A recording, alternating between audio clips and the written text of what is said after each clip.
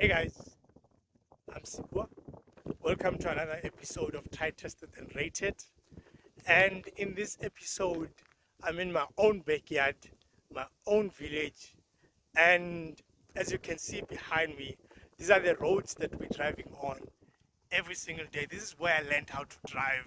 And one may assume that this kind of roads are made for 4x4s, the trucks, all those things. But I can tell you there's a lot of like sedans and family cars around here because not everyone is interested in buying a 4x4.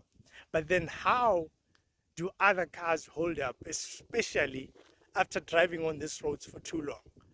Uh, we'll never know. But today I have the Mazda 3, which is the 2019. It was purchased early 2019, around March. It has done 15,000 kilometers so far. I would say at least 50% of those kilometers were done driving on this roadside here. These are the roads that this car has been driven on like most of the time because it's always around here. And yeah, what I'm gonna be doing is just to show you how it's been holding up after taking so much, like the gruesome travels that is done on gravel roads. And if there's anything that has fallen out of place, if there's anything that we need to worry about so far, and whether I would consider it if I was to buy a second-hand Sedan right now. So without further ado, let's go. But first, let's do this. I'm showing you this because I want to show you the kind of gravel roads that I'm talking about, because this is where we've been driving like as long as I can remember. I started driving on these roads myself. As much as I'm not always on these roads now, but people like the ones who are driving this car always here in the village and driving this car right here. So I believe this is one of the tests of durability for whatever car you buy, because 2-3 years down the line, depending on how durable the car is, it's definitely going to show. Even before you can talk about the mechanical bits or whatever, you're still going to look at the exterior and look if the car has been beaten up. So this is the kind of roads that I'm talking about. This is when I was driving to get to where I'm shooting right now, because then I'm just trying to show you how gruesome these roads can be sometimes. But you know what, you learn to navigate around them and work around them. And the car that you're driving, if it's durable enough, it can hold you until like any other. So yeah, let's go. Okay, let's check the paint. I think we can check the paint. Looks fine from the side. This is the right hand side. There's a bit of a scratch here. This doesn't look like it's coming from like your trees, because one thing about the gravel roads is that the more you travel, sometimes you find like narrow paths and stuff, and then you get scratches on the side of the car. There's a scratch here. Again, it doesn't look like it's coming from the trees, so I can't blame the roads on that one. On the front, it still looks intact. Intact. From the left hand side, paint, it looks okay. And then let me check here the mirror. There is another scratch here. This, no, it doesn't look like it's from the trees as well. And then, yeah, let me see here. From the top, intact still. And as you can see, it's still very much intact. Everything is in place. There is no single screw out of place in the exterior.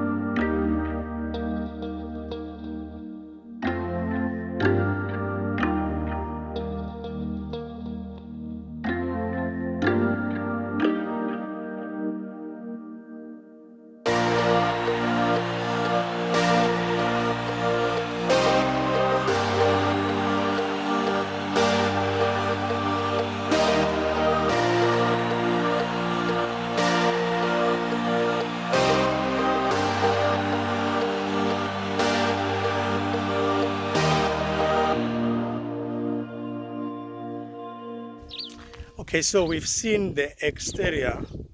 I think for me, it looks immaculate. As much as there's like scratches and so on, there are no dents. There's nothing that is fallen out of place, and yeah, it looks nice. If I was to consider this as a second-hand vehicle, if I was looking for a sedan, I wouldn't be worried if I was inspecting it from exterior point of view, just to try and see if maybe there's anything that is out of place, or lights are falling, or maybe the mirrors are not balanced properly.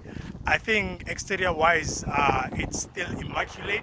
I've seen like worse cars that came through, worse cars actually that came through, and when you're looking at it from the dealership, you see that okay, fine, this car doesn't, it's like a low mileage vehicle, but hey, it's taken a beating. I don't know how people drive.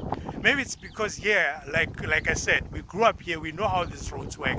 We're ducking and diving rocks now and then on the road, the bumps, there's borders and so on and so on, but that's the thing about it, we know because we grew up from here.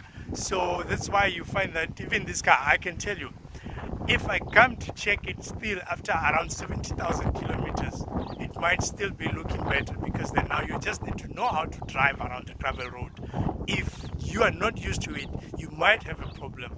But like I said, from the exterior point of view, this car is still immaculate. If I was to go to a dealership and consider it, I will take it if I'm looking for a sedan at the time. So yeah, let's go inside. All right, let's get in. Okay, first things first, the doors. As you can see, everything is still intact. Man, the build quality of this car is something else, I have to say. It's something else. The door, you see that, what do we call it? Is this a handle? It's still working properly. The buttons are still intact. Windows, the window buttons, everything is still in great shape and great quality.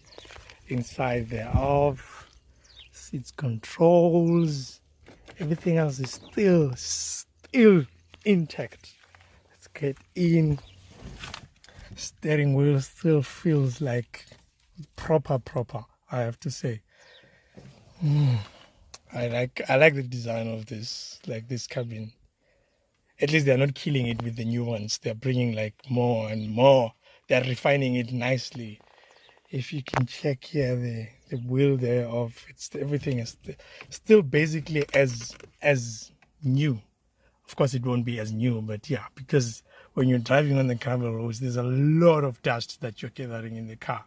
So you keep washing the car over and over, sorry.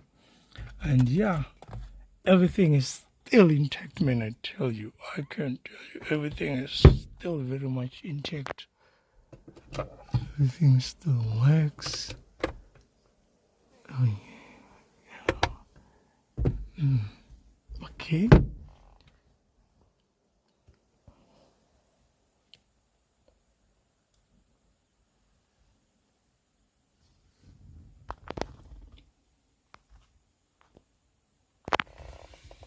Usually this is the culprit.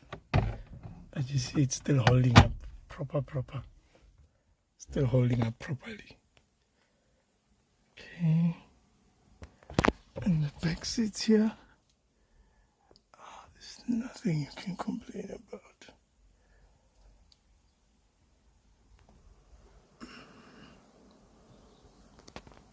Yeah, most of the time you find that maybe the doors are the ones that are showing signs of dilapidation. But when you're looking at this, let's listen to the sound here. See, it's still closing properly to show that it's still holding firm. That's why I'm saying the build quality of this car is just amazing.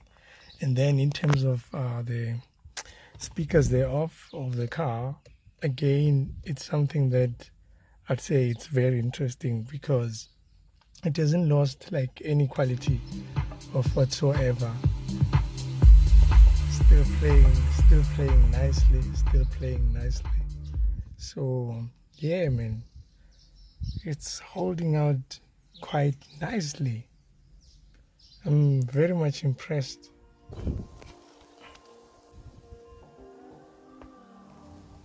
All right, now it's time for the rating and the considerations.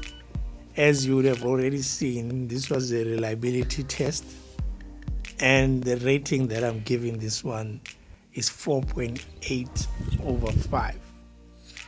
For those that don't know my rating system, I've already done one on my very first video, which is the Haval H21. You can go check it out. Otherwise, I'll put the description below in terms of how it works. So, how did I get here? I got here because of the consumer report for 2020 that came through, and pointing out that Mazda is actually the most reliable brand of 2020.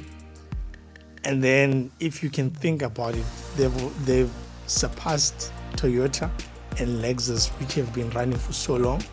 But it's not surprising because these are Japanese brands. We know, of course, as well that Honda, it's in other markets, it's dubbed as a brand that never dies. So when Mazda is also put into that bracket, we're not necessarily surprised because the Japanese have already proven to us that they can make it happen. And now with this particular car that I'm looking at in front of me, I'm equally impressed with the durability and reliability so far. As much as it hasn't done so many kilometers, it looks like it still has so much to offer, like so much over the years, and I'm very much impressed. As much as there are scratches here and here, I don't think those ones you can avoid them even if you were always on tar roads. So yeah, that's the consideration. With that said, thank you very much for watching. I'm out.